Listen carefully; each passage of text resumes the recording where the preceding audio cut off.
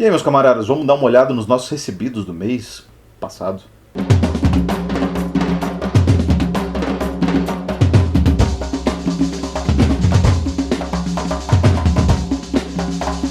Book Haul de setembro de 2022, o ano já foi embora, galera. O ano já foi, estamos em outubro, entre primeiro e segundo turno de eleições agora. Tem que beber todo dia. Quem não tá bebendo todo dia, ou tá muito mal informado, ou é muito corajoso. Eu não tenho essa força, eu não tenho essa coragem. Murilo, por exemplo, não bebe. Murilo tá aguentando essa bosta aí. Como é que você tá aguentando, Murilo? Não tá. Ele não tá, né? Enfim. O negócio é esse, né? Puxar ferro e beber. Que é isso que a gente faz pra aliviar as tristezas, não é não? Tô aqui bebendo um Chardonnay, cara. Olha só, deixa eu apresentar um jabazinho aqui, cara. Porto a Porto mandou uns vinhos da Norton pra gente. Mandou esse aqui, ó, o Portenho Chardonnay. Galera, volta e meia vocês me perguntam assim, pô, dá uma dica de vinho bom e barato. Esse aqui é um vinho bom e barato, galera. Sem sacanagem, não é porque os caras me mandaram, não. A Bodega Norton, a Vinícola Norton, né, que é uma vinícola da Argentina, é uma das vinícolas que eu mais gosto de lá, assim, o acervo deles, né, o catálogo é quase todo excelente mesmo. E tem coisas assim baratíssimas e coisas muito caras também, tá? E esse Portenho aqui, esse Chardonnay, ele é muito diferente do Chardonnay que a gente espera quando a gente toma da Argentina. Ele geralmente a gente está esperando aquela relação malolática nele, deixa ele com mais amanteigado, mais ao estilo de Chablis na França, né, ou do Oak Chardonnay, né, da Califórnia. Esse aqui não, esse aqui é a expressão do terroir de Mendoza mesmo, cítrico, frutinha branca e etc. Então, massa pra caralho. Então, obrigado pra caramba pra importadora Porto a Porto, que me mandou, e pra Norton também, né. Se quiser mandar mais vinho, pode mandar, cara. Eu bebo, mostro aqui. E diferentemente desses influencers aí que recebem vinho a toda dia, eu entendo dessa bosta, tá?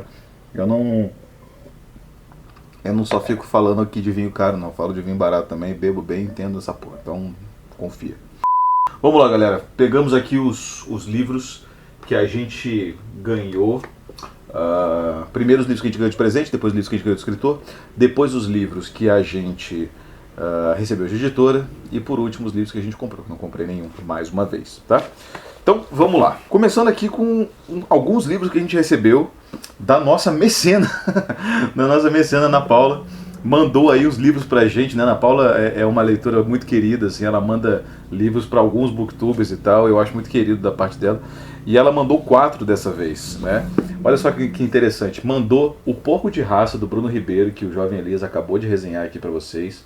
Que massa, né? Vocês estão gostando do Jovem Elias aí no YouTube, cara? Eu tô felicíssimo de estar vendo, assim, eu acho o Elias um cara espetacular. Eu acho ele um cara que precisa falar muito mais as ideias dele da cabeça. Vocês estão vendo, assim, ele tá um pouco tímido, assim, mas daqui a pouco ele se solta um pouquinho mais.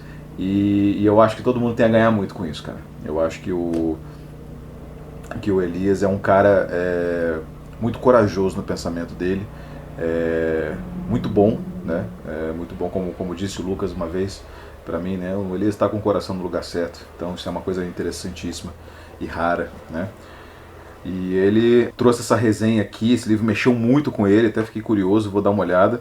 O Bruno é um grande camarada aí também, né? Ganhou o Prêmio Machado com esse livro e tal, então super bem recomendado o livro. Mandou aqui pra gente também esse aqui que saiu pela Rocco, do Samir Machado de Machado, 4 Soldados, tá? Eu não sei se esse aqui é um dos últimos que ele lançou, 2017, ele lançou coisa depois. Mas ele faz ainda umas coisas assim meio romance de capa e espada e coisas de época, né? Esse aqui, ó, Brasil, que fez aquele Homens Elegantes, né? Brasil 1754. Nos últimos anos da guerra contra as missões jesuítas, 4 jovens soldados têm seus caminhos entrelaçados. Um alferes que ainda adolescente recebe seu primeiro comando, um rígido e melancólico capitão de cavalaria, um desertor que vive do contrabando de livros e um tenente de motivações sempre ambíguas. Em comum possuem a mesma inquietação com seu papel no mundo, enquanto vão e vêm no espaço mítico e nebuloso da fronteira brasileira do século XVIII. Entre labirintos perdidos, animais fantásticos e viagens subterrâneas, entre o iluminismo e o terremoto de Lisboa, nenhum deles, nem mesmo o narrador, consegue passar incólume, talvez nem mesmo você.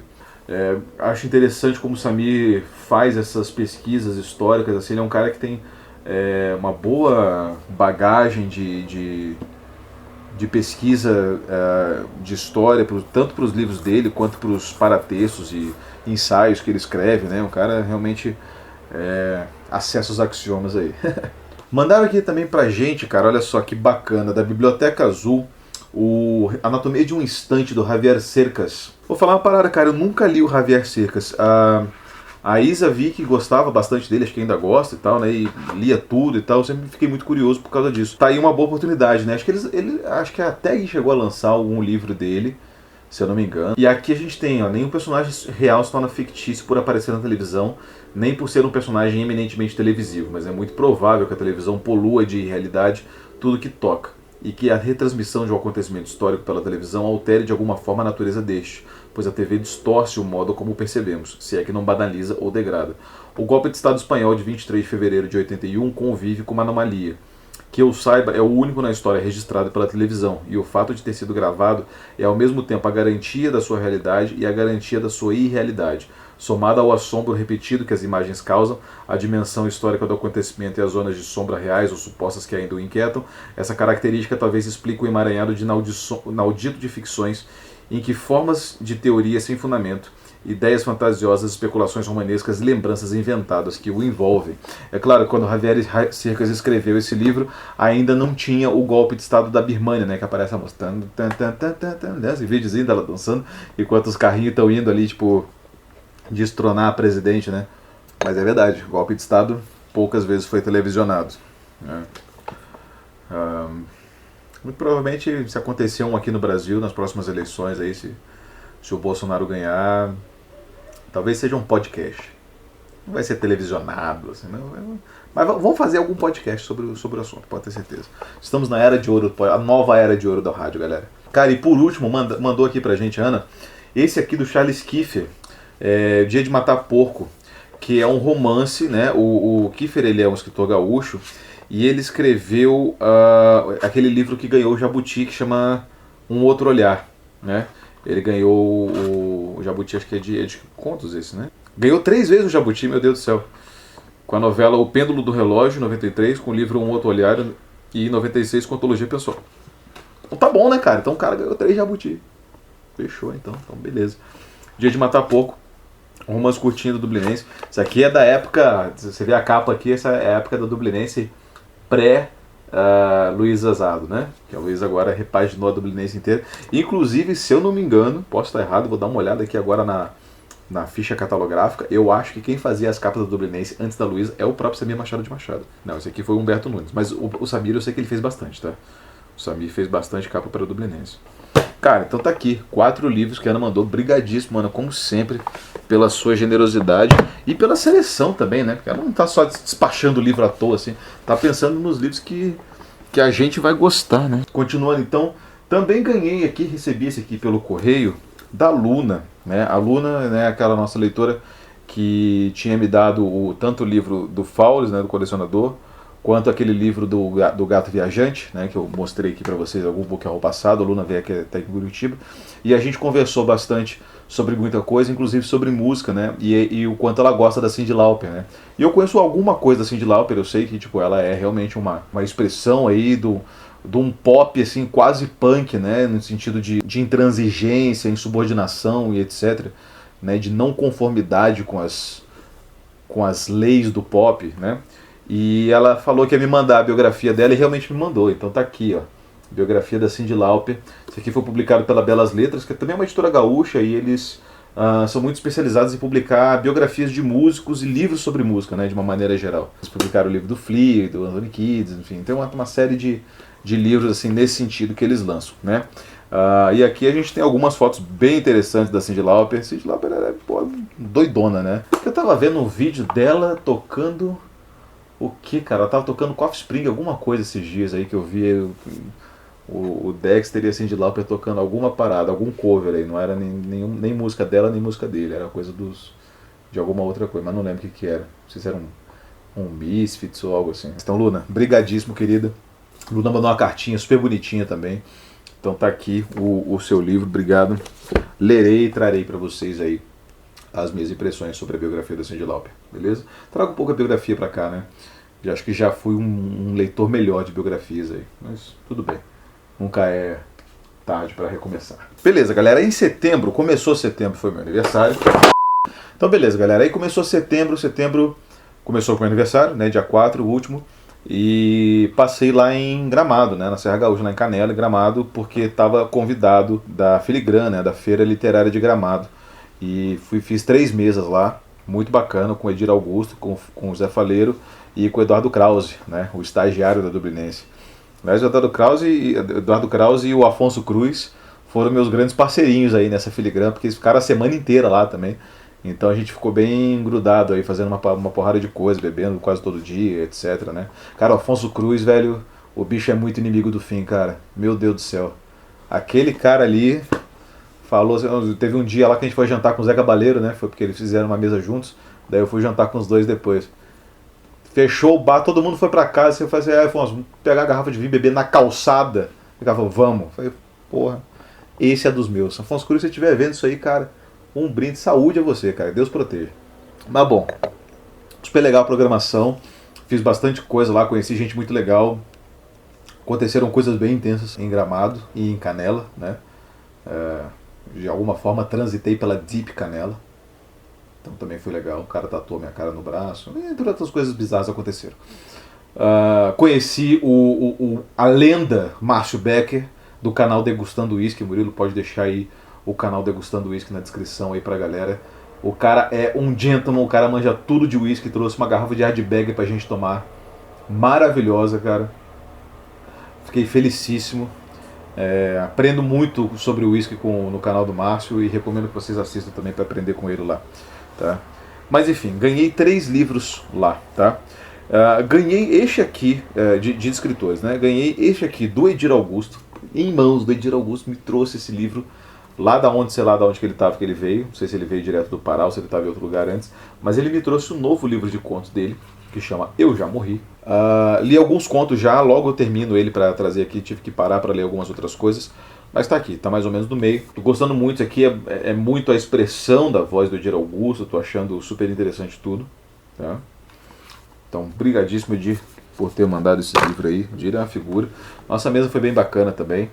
Né? O Edir, super, né? Comprou um livro, pediu um autógrafo. Imagina, cara, o Edir Augusto. Você tem que assinar um livro pro Edir Augusto, cara.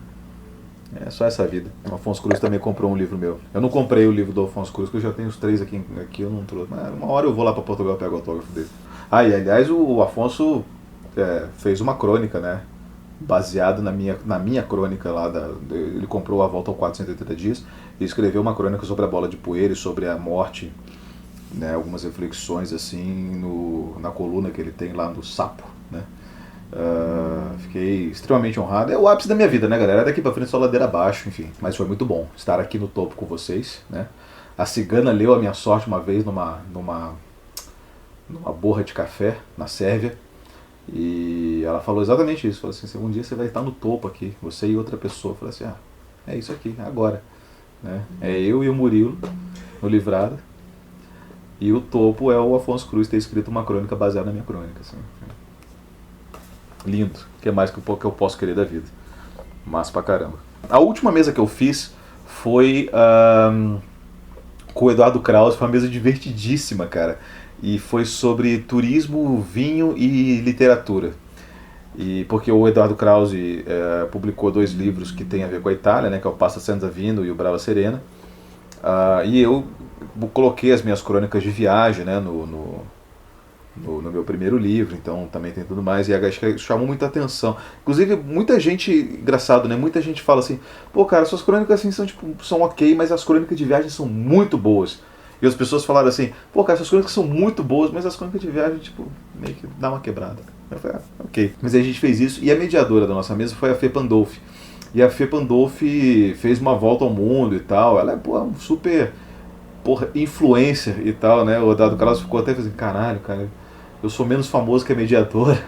Ele ficou meio assim, mas foi super divertida, foi muito querida. O Krause falou que ela tava com medo de mim. Galera, você tem que parar de ter medo de mim, eu só tenho essa cara de mal. É que eu não tenho cara de mal, a galera fala que eu tenho cara de mal, mas é porque a minha expressão neutra é meio psicótica mesmo, mas não tem o que fazer. É a minha cara, a gente não, né? Não pode fazer nada, cara. Vai fazer o quê? A minha cara é assim. Minha cara é assim, né? É igual o tamanho de pinto, assim. Você nasceu com pinto, você tá com esse tamanho de pinto pro resto da sua vida, cara. Então não tem o que fazer. Não tem o que fazer. Ah, vou zoar. Pô, pode zoar, cara. Assim, vou botar na gemazinha. Enfim. É pra sempre. Minha cara aqui é pra sempre, é minha. Só vou ter essa, eu nunca mais vou ter outra. Então, enfim. Mas não precisa ter medo de mim. Fê Pandolfo, mas a gente tocou piano juntos ali, né? Na Secretaria de Cultura, foi bem gostoso e a gente já ficou amigo. E a Fê me deu de presente o livro dela, que foi publicado pela Vienense, cara. Olha só, o primeiro livro da Vienense que chega aqui, que é o Quem é a Estrada? Uma viagem de 270 dias pelo mundo e ao redor de mim. Fernanda Pandolfo, né? A Vienense, para quem não sabe, é um braço da Dublinense, organizado ali pela Lutomé e tal, que publica livros acho que de baixa tiragem ou sob demanda, alguma coisa assim, né? Então tá aqui para quem quiser saber mais então sobre a Vienense, tá aí agora, fica a dica, né? E aqui ela tem algumas crônicas de viagem, geralmente elas giram em torno de um personagem, né? Não tanto do lugar, mas claro, fala do lugar, mas assim, o lugar contado a partir do personagem e tal.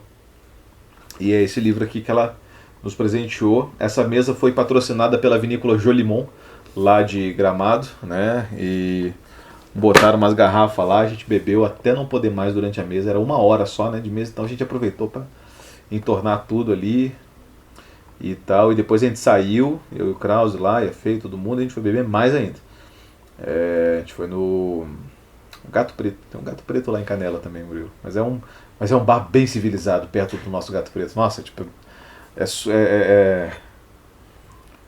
o Gato Preto deles, perto do nosso Gato Preto, é um shopping center, cara. Sabe? Tipo, é um lugar assim, fenomenal. Ai, que vinho bom, cara, meu Deus do céu.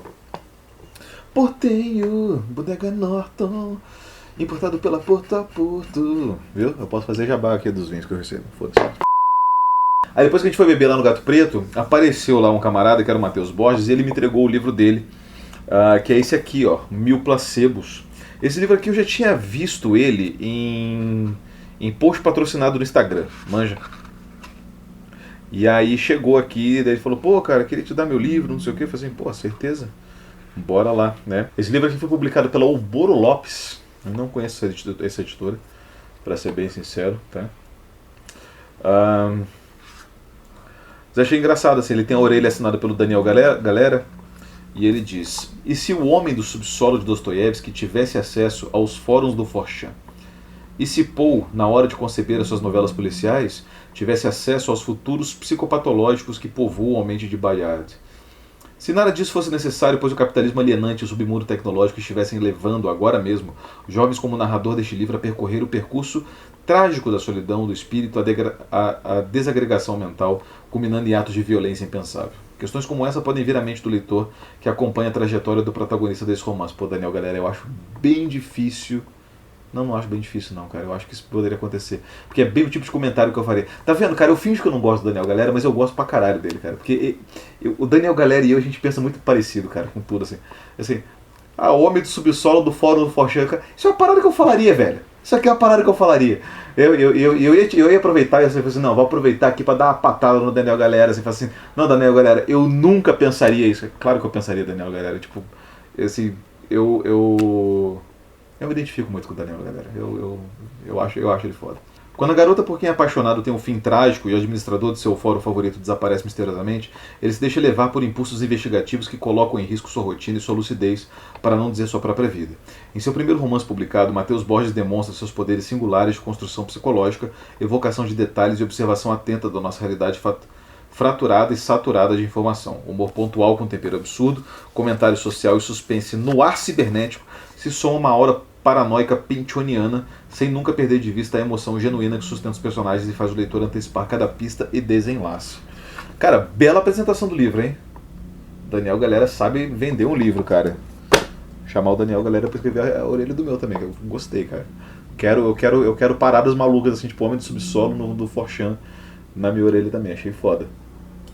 Eu sei que eu falo as paradas assim, volta e meia parece que eu tô sendo sarcástico. Eu falo, não, eu tô achando foda de verdade, tá? Não é brincadeira, achei foda, real oficial. Já ouvi muito isso também. Você já ouviu muito isso também, Murilo? Que as pessoas falam assim, nunca sei quando você tá brincando, quando você tá Falando sério, né? Você escuta muito isso? Eu escuto muito isso, cara. Eu não sei. Não sei o que eu faço pra merecer esse tipo de dúvida das pessoas. Mas em todo caso, cara, Matheus, muito obrigado aí por ter mandado o seu livro. Parece realmente uma porra bem interessante. Daremos uma olhada. Fechou? E vamos lá então, agora os livros que eu recebi das editoras, tá? Recebi aqui em primeiro lugar alguns livros da Autêntica, né? 3 livros especificamente. 4 livros, aliás. Desculpa. 4 livros da Autêntica. Um aqui que já está fechadinho. Eu até já tenho esse livro, né? Que é o Campos de Carvalho, o Púcaro Búlgaro. Já mostrei ele aqui no canal em um outro vídeo. Esse livro aqui é divertidíssimo, cara. Eu recomendei o Campos de Carvalho para Renata Martins, do In Paradiso, né? Que ela gosta muito de umas leituras assim. Eu fico pra morrer que ela não gosta de Dostoiévski, cara. Eu falei, cara, como assim? A pessoa não gosta de Dostoiévski? Mas ela tem um bom gosto, cara. Eu respeito bastante o gosto dela de leitura, assim. Ela realmente lê umas paradas muito boas. E eu falei, cara, você não conhece Campos de Carvalho? Lê Campos de Carvalho. E daí ela leu, assim, daí ela falou, porra, foda. Daí ela achou do cacete este livro aqui especificamente, né? Então, brigadíssimo aí pra Autêntica que mandou esse livro. Tem alguns outros livros do Campos de Carvalho aqui já também, então uma hora tem que trazer mais uma resenha deles pra vocês. Mandaram aqui pra gente, olha só, cara. Bom, ainda vamos falar aqui dos livros do selo Autêntico, né? Porque o Autêntico é um grupo grande. Eles mandaram aqui essa organização de ensaios organizada pelo Vladimir Safatli, o Nelson da Silva Júnior e o Christian Dunker, chamado Neoliberalismo como Gestão do Sofrimento Psíquico. Né? Isso aqui eu acho que é aquela fita que eles têm lá do laboratório de... Como é que é? Laboratório de Teoria Social, Filosofia e Psicanálise. LATESFIP, da USP, né? Que é a parada lá que o Dunker e o Safatli organizam lá juntos. Né? Eu achei bem interessante, né? Gestão do sofrimento psíquico, do neoliberalismo. Não sei que gestão é essa, mas vamos descobrir, né? Porque pra mim acho que não tem gestão nenhuma. Eu acho que é mais aquela coisa assim que os caras fazem, assim, tipo, com o entregador de iFood, né? O cara tá quase quebrando, daí fala assim, não, mas vai ter um bônus aqui. Se você entregar 20 marmitas em 2 horas, você ganha R$30 de bônus de lambuja, assim, o cara, tipo, E daí ele tá quase morrendo, mas ele fala, não, então eu vou. Por R$30 eu vou, então o cara vai, então, né? Esse tipo de coisa, né? É aquela parada do Galo ter queimado a estátua do Borba Gato, né? Rolou essa fake news aí, né? De que ele tinha incitado, né, incendiar a estátua do Borba Gato, etc. Pois é. Eu tenho minha opinião sobre isso aí. Não sobre o Paulo Galo. O Paulo Galo não tem nada a ver com a estátua do Borba Gato. Eu tenho a minha opinião, mas eu vou guardar ela pra mim.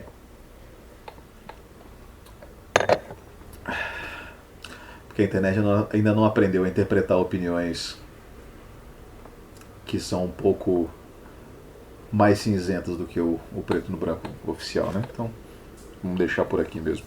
Mas tá aqui, neoliberalismo como gestão do sofrimento psíquico. Isso aqui são alguns poucos ensaios, pelo que eu vi, não são muitos. Tem 1, 2, 3, 4, 5, 6, 7. Né? E alguns são escritos a várias mãos, inclusive. Né? Então tá aqui. E aqui ele indica aqui também, aqui bem no cantinho, tem um livrinho aqui que ele está dizendo Patologia do Social. Enfim, ele fala assim, leia também. Daí ele bota uma capa do livro que não dá para ler, né? Mas enfim, Patologia do Social é o nome principal. Agora o subtítulo e quem organizou. Do grupo, ainda do selo autêntico, né?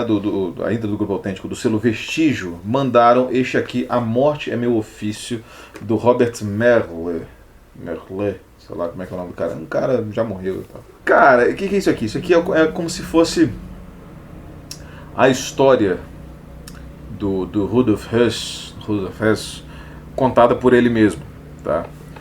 Então, assim, para quem gosta de histórias do Holocausto e assim, e por algum milagre da ciência ainda não enjoou de histórias do Holocausto, tá aqui mais uma, né? Isso aqui, tadinho, isso aqui foi feito no calor do momento, assim, não tem nada a ver, esse cara aqui, o Robert Merle, não tem nada a ver com a enxurrada de produções aí que rolaram depois, né? A gente está 70 anos depois da publicação desse livro. Então ele foi publicado em 52, né? Então, porra, bem logo depois da guerra, assim, né? O cara tava, tipo, super antenado. E por último, mas não menos importante, cara, aconteceu um fato aí raro, né? Mandaram pra gente do selo Nemo, que é o selo de quadrinhos da Autêntica. A gente recebe pouquíssima coisa da Nemo, mas mandaram aqui pra gente a adaptação em quadrinhos do Afirma Pereira, do Tabuque, velho. Olha só isso aqui. Eu não sabia que tinha quadrinhos. Galera, tipo, é muito engraçado isso, porque a galera dos quadrinhos tá adaptando uns livros muito malucos agora, né? Tipo, Afirma Pereira, cara, tipo... Quem que é o louco que falou assim, cara, vou adaptar a Afirma Pereira para os quadrinhos? Eu falei, então tá bom. Beleza, né? O Antônio Tabucchi, para quem não sabe, é italiano, morreu em 2012. Acho que ele... Como é que foi? Ele tava vindo pra Flip e morreu? Acho que foi uma parada assim. Quem publicava ele antigamente aqui era a Kozak Naif, né? Ele teve alguns livros, inclusive, cara, tem um livro dele meu que desapareceu, que era o Noturno Indiano, que eu fiquei puto.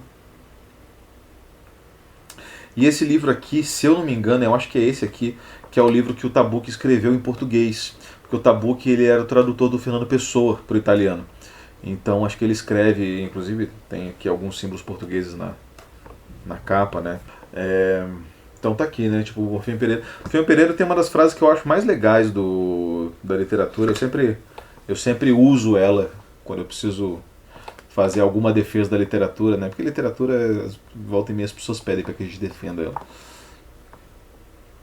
E aí surge cada explicação estapafúrdia. Mas eu gosto dessa frase do Orfeu Pereira, que ele fala que a filosofia trata da verdade, mas só fala mentira, ao passo que a literatura trata da mentira, mas talvez diga umas verdades aí, né? Então, acho que é isso. Acho muito boa essa frase. O Tabucchi foi bem gênio nessa. O livro quer que eu mostre pra vocês por dentro. Por dentro ele é bem colorido. Olha que bonitinho. Deixar um estático aqui numa página aqui para vocês darem uma olhada. E é aquela arte computador, né? Isso aqui é computador. Computadores fazem arte, artistas fazem dinheiro. Quem foi que falou isso mesmo? Chico Sainz, né? Naquele disco da La Mal Causa. La Mal Causa? Acho que é. Como você não sabe, Murilo? Você não é Mangue Boy, cara? Porra. Aí quebrou a firma. Quem mandou também 3 livros pra gente foi o Grupo Record. Mandaram aqui pra gente, olha só, 3 livros assim, grandões e tal. Este aqui, do Mário Vargas Llosa, que se chama Garcia Marques, História de um Deicídio, que é nada menos do que a tese de doutorado do Vargas Llosa, defendida sei lá quando, no início da década de 70, diz Aurélio. Sobre o Vargas Llosa, né? Mal sabia o Vargas Llosa que ele também ganharia o Nobel depois, né? Garcia Marques e o Vargas Llosa ganharam o Nobel. E trocaram sopapos ainda, assim, o que é muito legal, né, cara? Deixa as histórias mais... É legal quando tem vai e volta, assim, tipo, o cara primeiro escreve um doutorado sobre ele, depois dá um soco nele, aí depois o cara ganha o Nobel, daí depois tipo, ele também ganha o Nobel, e pô... História legal, né? Isso aí daria um filme, cara. Daria um filme meio chato, assim. Talvez um curta. Mas daria um filme, tá? E aqui, então, pra quem gosta do Garcia Marques e quer ver o Vargas Llosa, né? O Vargas Llosa, ele tem uma parada... Ele tem alguns livros publicados pela Alfaguara em que ele analisa livros, analisa obras, assim, né? Acho que o Vargas Llosa, ele tem meio essa sanha de querer ser meio Nabokov, assim, né? Às vezes ele pira nessas, assim. De, eu sou o Nabokov peruano e tal. Então fechou, né, cara? Beleza. Então tá aqui, Mário Vargas Llosa, Garcia Marques, História de um Deicídio, lançamento da Record aí pra vocês. Aqui a gente tem um relançamento de um livro, pô, super antigo, né? Do John Steinbeck, As Vinhas da Ira, olha aqui, The Grapes of Wrath, né? Foi publicado agora, né, recentemente, mas isso aqui é um livro, porra, década de 30, sei lá, quando que é isso aqui? Last Duel, As Vinhas da Ira. As Vinhas da Ira recebeu o Pulitzer em 40, o Steinbeck é prêmio Nobel de literatura, escreveu um dos meus livros favoritos da vida, que é o Diário Russo, né? Que é aquele que ele escreveu com Robert Capa, que eles vão para a União Soviética e vão para a Geórgia. Foi o livro que me deixou com vontade de ir para a Geórgia, inclusive. Visitei a Geórgia por causa desse livro, né? Aliás, muito legal. Acho que vou fazer um vídeo um dia sobre coisas que os livros mudaram na minha vida, assim, de uma maneira mais objetiva, né? Então tá aqui. Bom, uma coisa muito legal assim, sobre essa edição aqui é que esta orelha desse livro é assinada pelo Pedrinho Pacífico, cara, o Bookster. Inclusive está assinado assim, Pedro Pacífico, vírgula, o Bookster. E entre parênteses, @Bookster. Caso não tenha ficado claro. Loucura, cara. Que época pra se estar vivo, galera. Que época pra se estar vivo. Muito foda. O que o Bookster escreveu aqui nessa orelha? Vamos dar uma olhada. Uma vez me falaram que o Bookster tem ghostwriter. Vocês acreditam nisso? Eu não sei, cara. Eu não boto minha mão no fogo. Mas se vocês acham que o Bookster tem ghostwriter, vamos tentar analisar isso aqui e ver aonde o estilo booksteriano se apresenta nessa orelha. Assolada por uma forte crise econômica, a década de 30 no sul dos Estados Unidos foi o cenário escolhido por John Steinbeck para construir um romance que deixou uma profunda marca na literatura norte-americana. Premiado com Pulitzer, As Vinhas da Ira é, acima de tudo, a narrativa de uma fuga. Caraca, isso aí, Pedrinho. Assim como milhares de famílias, os Joads são forçados a deixar suas terras, que foram seu lar por décadas, para fugir da fome e da miséria. São descartados para dar lugar às inovações tecnológicas de um sistema voraz que não sente pena de suas vítimas. E é nesse contexto que, para esses moradores de Oklahoma, o Oeste se mostra como a promessa de uma vida melhor, com emprego e comida na mesa. Deixando a cidade natal, os Joads iniciam uma travessia que compõe a maior parte da obra. O autor nos leva junto e nos permite acompanhar as dificuldades próprias de cada integrante da família. O ritmo dessa travessia é lento, marcado por uma escrita descritiva e que toca temas de extrema relevância, como a desigualdade social, as precárias condições de trabalho e a sensação de não ter uma terra, de não pertencer. Ao mesmo tempo que tece críticas sociais, Steinbeck também se aprofunda nos conflitos de personagens e na dinâmica familiar, com destaque para uma personagem que funciona como um elemento unificador. A mãe. Você vê aqui, ó, o Pedrinho falou da questão da terra, que o Pedrinho é a favor da MST. Espalha esse boato aí. Você imagina, cara. Aí ele vai perder uns 50 mil seguidores bolsonaristas lá que ele tem. E se engana quem pensa que o autor se limita a contar a história singular da família Joad. Seu texto é, na verdade, a representação de toda uma classe desfavorecida, de milhares de cidadãos descartados e da ausência de um Estado que ampara. Publicada em 1939, a obra retrata um cenário ainda muito atual, se tornando um belíssimo clássico sobre a pobreza, a fome e a esperança que recaem sobre toda uma família e uma classe marginalizada. As Vinhas da Ira é, portanto, uma leitura para ser feita com calma, apreciando a complexidade dos personagens e a construção de diversas camadas narrativas por Steinbeck. Uma nova confirmação da importância do texto do autor veio em 62, quando Steinbeck foi laureado com o Prêmio Nobel de Literatura. Naquele momento, As Vinhas da Ira foi destacado dentro de um sólido acervo de obras, um destaque merecido e que explica o porquê de um livro escrito há quase 100 anos chegar nessa belíssima edição às mãos de leitores brasileiros. Então tá aqui, belíssima edição mesmo. Roxinho, pá. Fechou? Cara, então Steinbeck aí para as massas. Já leram Steinbeck? Vocês gostam do Steinbeck? Já leram a Oeste do Éden, essas paradas assim? Me avisem, me contem aí dos seus gostos aí sobre esses americanos que a gente não sabe. E por último, cara, olha só o que chegou na minha mão pelo selo Paz e Terra da Record, cara. Aparelhos ideológicos do Estado do Alto Ser, velho. Olha esses textos da faculdade vindo assombrar a gente de novo, Murilo. Você leu isso aqui na faculdade? Como você não leu isso aqui na faculdade, cara? Claro que leu isso aqui. Todo mundo, todo estudante de jornalismo leu essa parada na faculdade. Os aparelhos de repressão ideológicos, os aparelhos de repressão dos Estados Unidos, leu? Pô. Murilo, nessa época da faculdade, tava só pegando as garotinhas, tava nem querendo saber de estudar. O negócio dele. Como foi a sua faculdade, Murilo? Foi boa? Mais ou menos. Mas foi mais ou menos. Mas mais ou menos a resposta que o Murilo dá pra tudo também, tá? Qualquer coisa que a gente pergunta pro Murilo, a resposta é mais ou menos. Então fique sabendo disso. Então tá aqui, cara. Bom, pra quem não conhece esse livro aqui, a autossérie explica, né, as engrenagens aí de opressão social e como o Estado mantém a gente na linha, né, por vários instrumentos, né?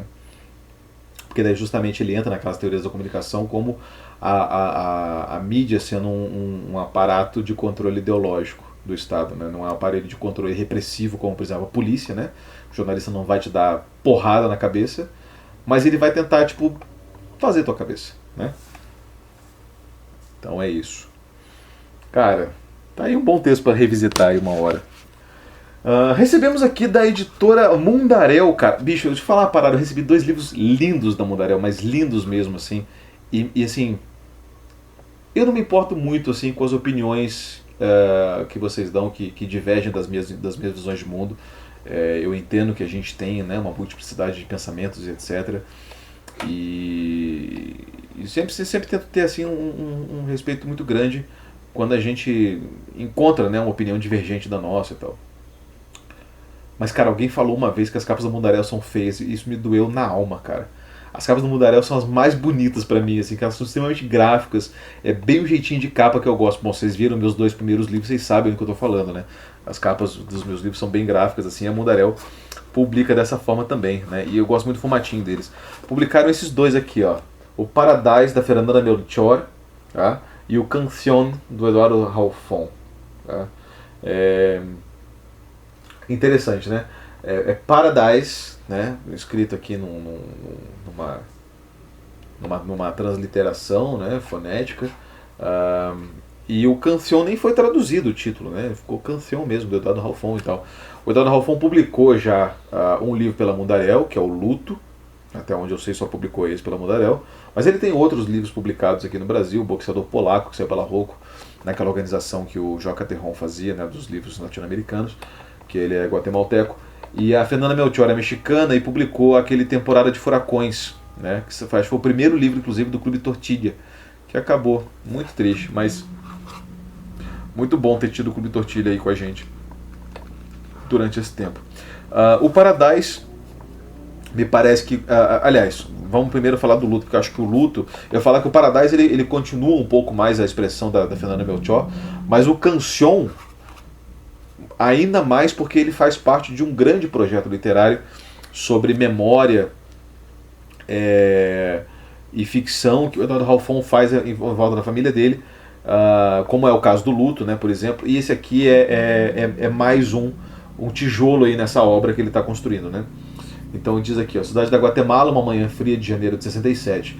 Em um evento da Guerra Civil guatemalteca, o comerciante judeu libanês Eduardo Halfon é sequestrado próximo à sua casa. Anos depois, o escritor guatemalteco Eduardo Halfon, disfarçado de libanês em Tóquio, repassa sua infância na Guatemala nos anos 70, a imigração de seu avô materno do Oriente Médio, o fato de ele próprio não ser mais sequestrável e a participação de um açougueiro na guerrilha para elucidar as passagens da vida de seu avô e da história recente de seu país, em que vítimas e carrascos se confundem. Então, muito bonito. E aqui o Paradise, né, que é um livro também bem menorzinho do que a Temporada de Furacões. A Temporada de Furacões é mais robusto, né? E aqui ele diz: Polo está perdido, não importa o que faça agora, já pisou o botão da mina, talvez tenha nascido sobre ela, clique. No Paradise, condomínio de luxo da costa mexicana, Polo e Franco, adolescentes enjeitados cada um à sua maneira, se aproximam para beber e fumar. Qualquer desculpa vale para que Polo não tenha de voltar para casa, e Franco não tem muito mesmo o que fazer, afora dedicar-se à sua coleção de pornôs e espreitar a vizinha, sua obsessão. Que grande mal poderia haver nisso? Né? Então, essas são a sinopse aqui dos 2 livros. Cara, eu assim, confio cegamente em tudo que a Silvia publica da Mundaréu, acho ela espetacular, né, com esse olhar assim para ela e tal. Então, até agora, Mundaréu já falei de alguns outros vídeos, mas reitero, né, é o melhor aproveitamento da história das editoras do Brasil, assim, né? Se vai pegar assim o volume total, a razão, né, entre o volume, os livros bons pelo volume total de livros publicados na editora, a Mundaréu tem a maior porcentagem. Galera, olha só, chegou esse livro aqui também de escritor, mas eu achei que ele tinha sido mandado, eu viajei, achei que ele tinha sido mandado por editora, mas é um livro infantil, né, chamado O Aquário de Pedro, tá? Foi publicado pelo Diego Mauro com ilustrações do Gabriel Pessotto. Eu achei bem bonitas essas ilustrações aqui, cara. Tem isso aqui parece pastel ou pastel, lápis aquarelável, mas eu diria alguma coisa assim. Cara, bem bonito mesmo. É um trabalho fudido de papel. Eu gosto dessa galera que mexe no papel, assim, sabe? Cansado da galera do computador, cara. Queria que a galera fizesse mais isso aqui. Pedro é um garoto que passa horas em seu quarto cheio de brinquedos.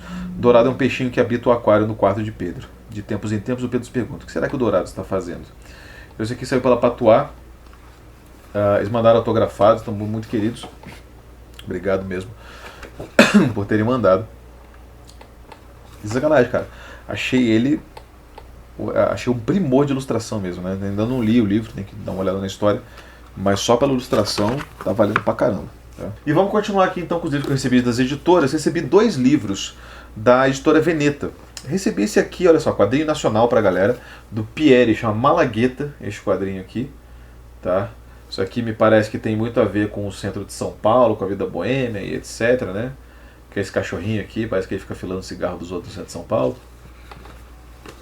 E, cara, veio aqui tipo uns adesivos, cara. Foda demais. Me respeita que eu sou fudido. E aqui ele tacando uma bomba falando Cuzeiro. Isso aqui eu vou colar no meu baixo, cara. Cuzeiro. Sou um motorista honrado.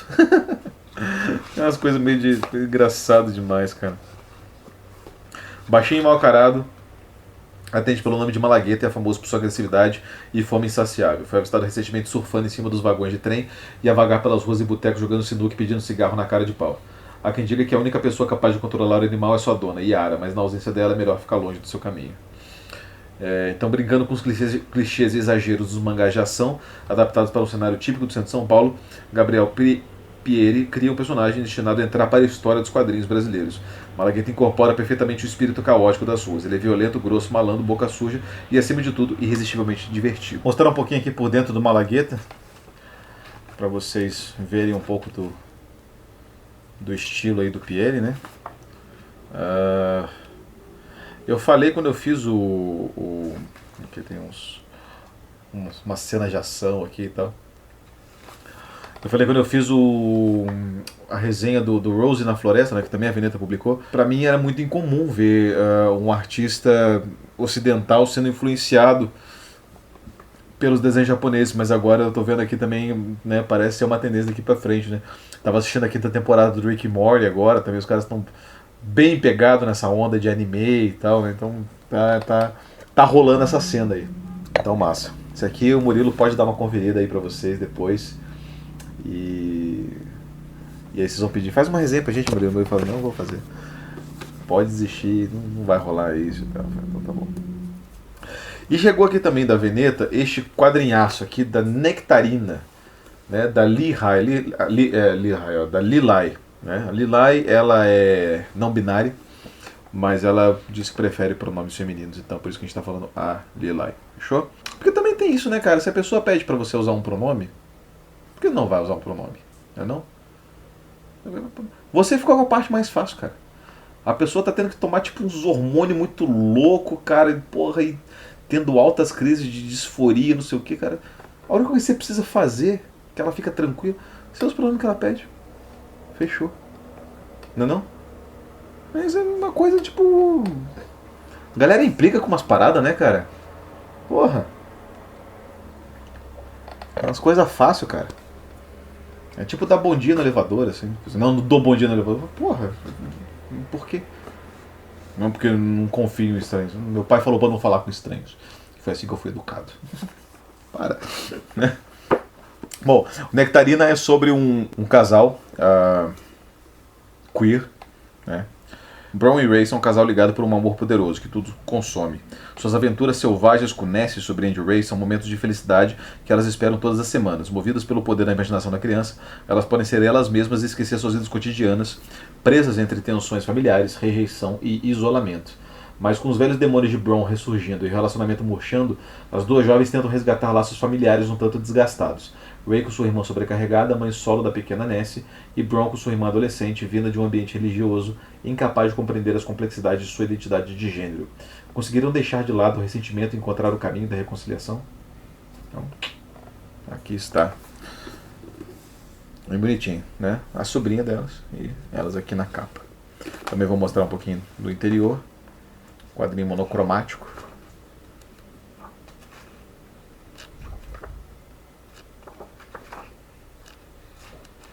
Recebemos aqui da Nova Fronteira 2 livros. Primeiro, este aqui, olha só que legal. A coleção Jovem Leitor do Ariano Suassuna. Vida Nova Brasileira e outros versos e outros textos em prosa e em verso. Isso aqui, essa coleção Jovem Leitor, é uma coleção nova que a Nova Fronteira está começando com este livro, que é uma coletânea de textos do autor em questão, aqui no caso do Ariano Suassuna, né? Tem uma apresentação aqui e aqui uns textos selecionados. Ele é organizado por quem?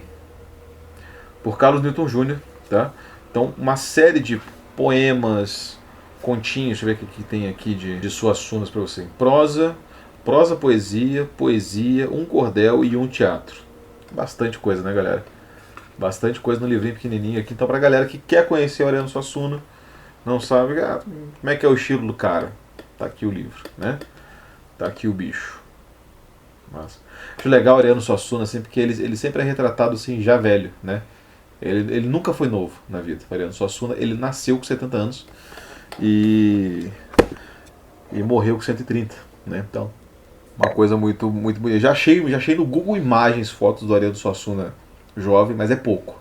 É pouco. Se for outro cara, eu não vou saber dizer. E chegou aqui, cara, também um box, porque a Nova Fronteira gosta de box, porque sabe que vocês gostam de box. Mandaram pra gente um box do Ulisses, do James Joyce, tá? Que tá no plástico, ainda nem abri.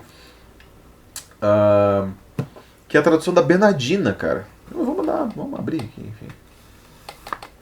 Vamos abrir esse aqui pra mostrar pra vocês.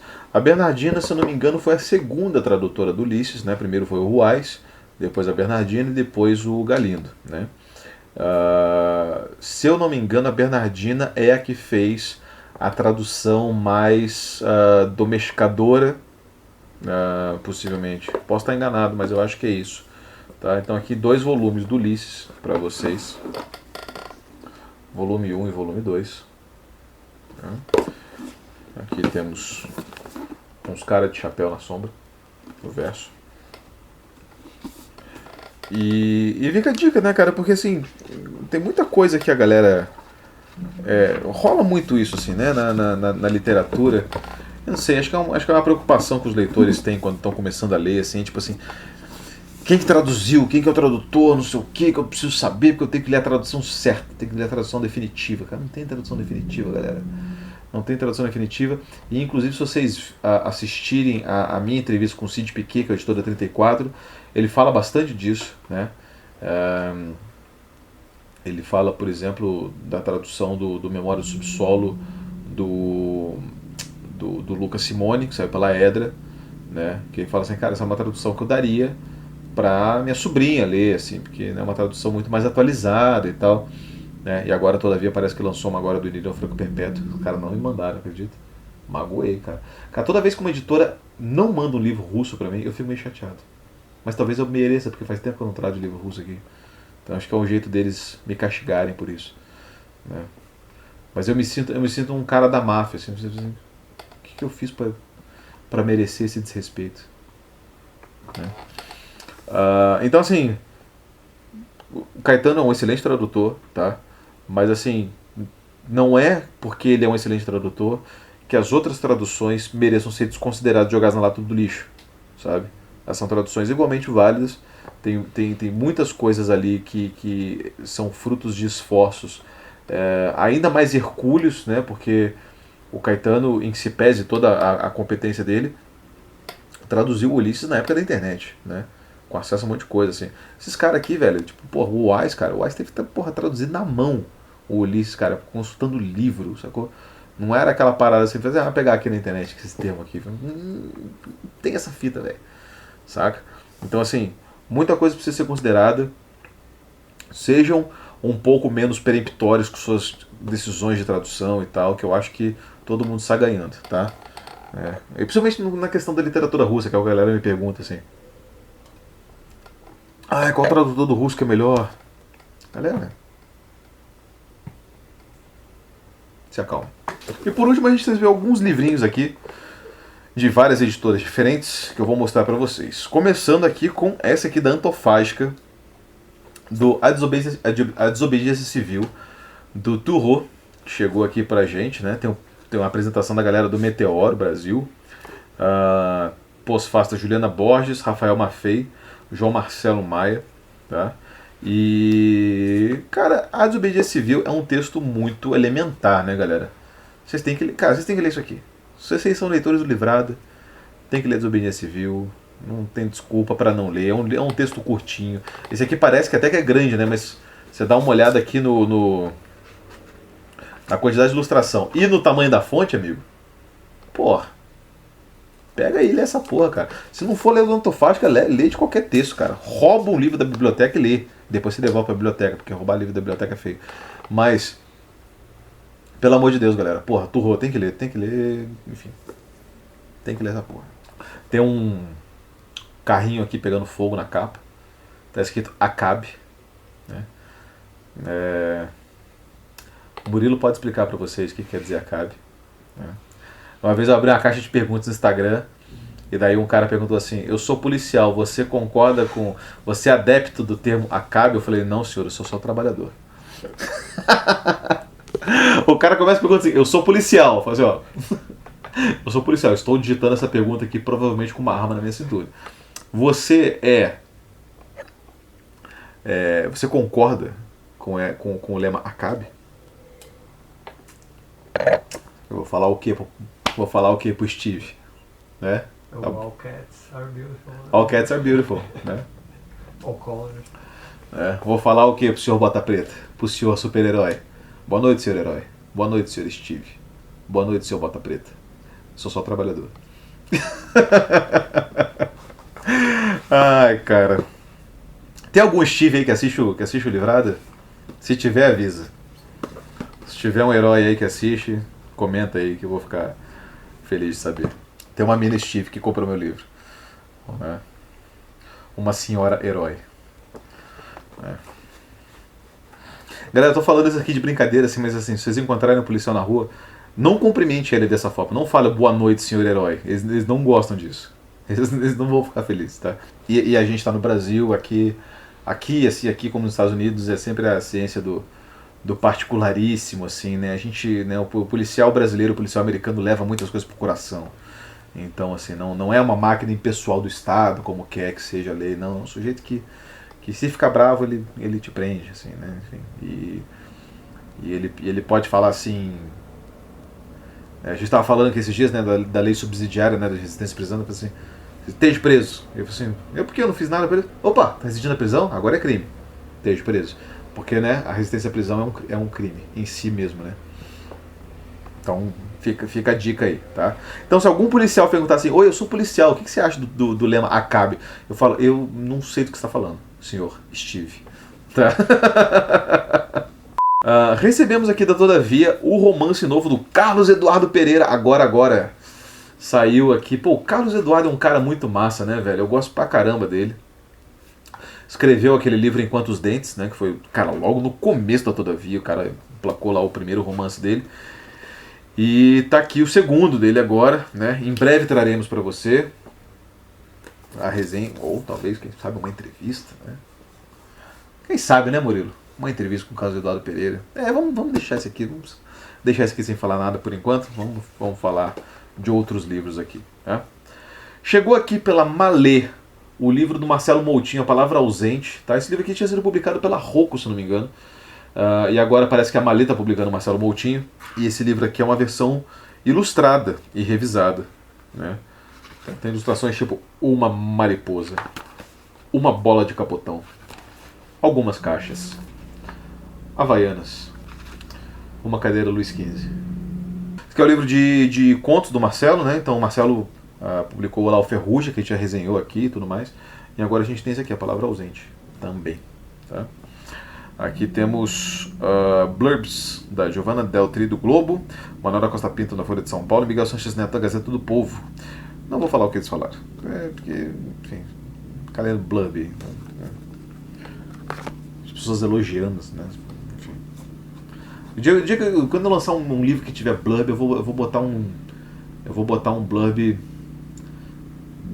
de alguém aí, cara, não sei. De quem seria que seria um blurb legal pra colocar no meu livro, cara? Ruivinha de Marte, cara. Pô, ia ser foda ter um blurb da Ruivinha de Marte no meu livro. Será que ela lê e faz um blurb aí? Pô, eu ia achar bem foda, cara.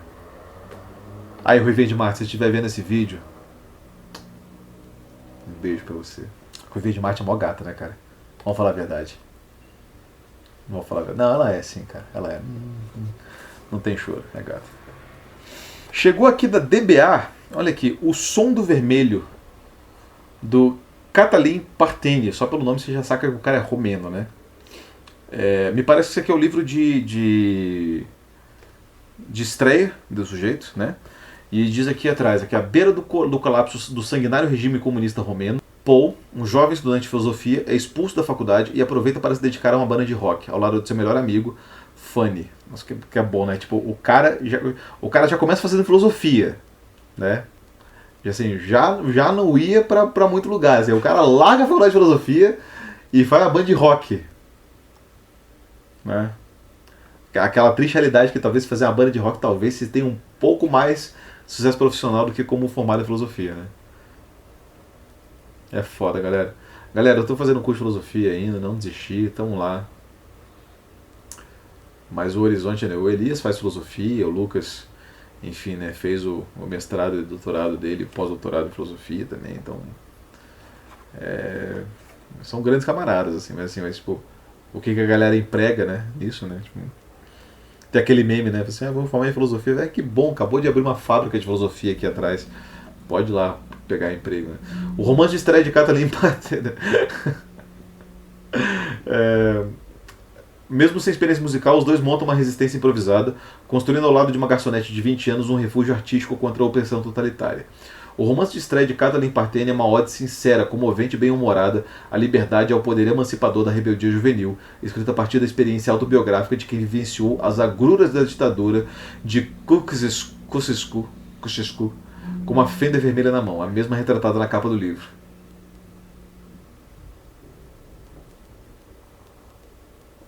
Fenda vermelho. Então tá bom, então tá aqui. O Som do Vermelho. Catalin Parteni. Aí você acha que tipo, o Som do Vermelho é uma parada super poética. Não, é porque o cara tem uma guitarra vermelha, o cara tocava guitarra. Tipo assim, matou a poesia do título aí, né? Tipo, a gente já sabe que agora não tem nada de muito poético, assim, tipo, aquele livro do Pamuk, né? Meu Nome é Vermelho, que daí tem um capítulo que o vermelho que narra, e ele descreve o vermelho pra você, a parada tipo, porra! E aqui, tipo, tem o som do vermelho. Não, é porque o cara tinha uma guitarra vermelha. Essa aí. E fazia um som. Foda. Chegou aqui, cara, olha só, chegou da editora Jabuticaba.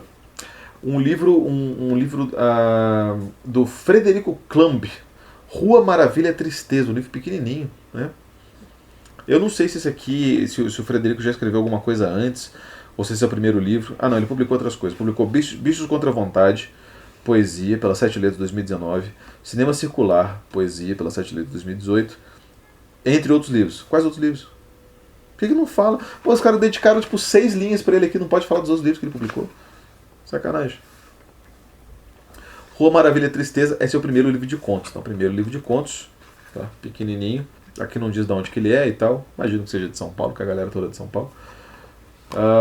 E aqui diz André Del Fuego. Nesta curta e primorosa seleta de histórias, Frederico Klamb investiga o gênero conto, elegendo um panteão literário e embaralhando as cartas. Trata-se de um livro que nos faz vibrar não só por sua brilhante invenção, mas também pelo que existe nele de não dito e pelo próprio enigma que é a criação literária. Não sei.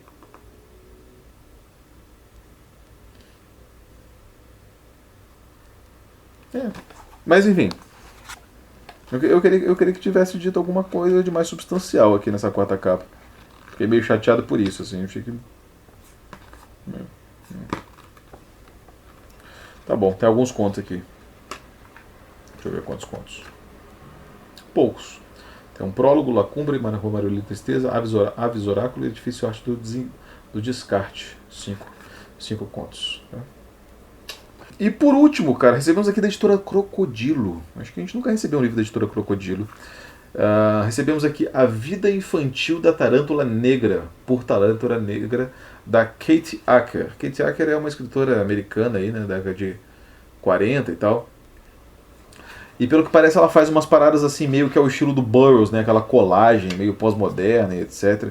Na busca por uma linguagem que não se construísse a partir dos ditames tradicionais literários masculinos, tampouco reproduzindo o oposto binário em busca do que seria uma linguagem literária feminina, ela desconstruiu também as regras gramaticais rígidas, as normas de pontuação e a clássica divisão sujeito-objeto.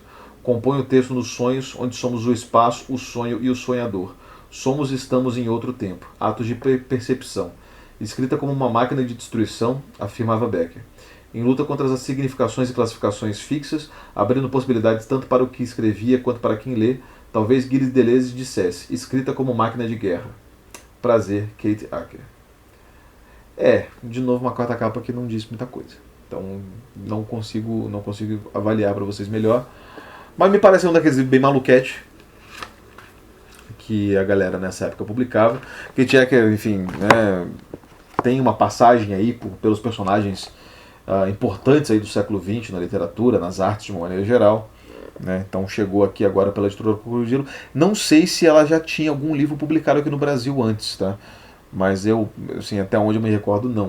Né? Então, de qualquer jeito, bacana para quem gosta de pós-modernismos. Aliás, falando em pós-modernismos, já começou o curso do Lucas aí, né, cara? Tomara que seja um sucesso. Obrigado para todo mundo que se inscreveu nele, né? Pedindo para se inscreve no nosso canal também, no nosso Catarse. A gente tem contribuições mensais, faixa de sorteio, a gente sorteia livros para vocês todos os meses, manda um cafezinho junto da Forbins, e etc. Né? Dá um joinha nesse vídeo, comenta aí o que vocês quiserem. Se inscreva no canal também, para ajudar a gente a crescer. E é isso. Um abraço e tchau.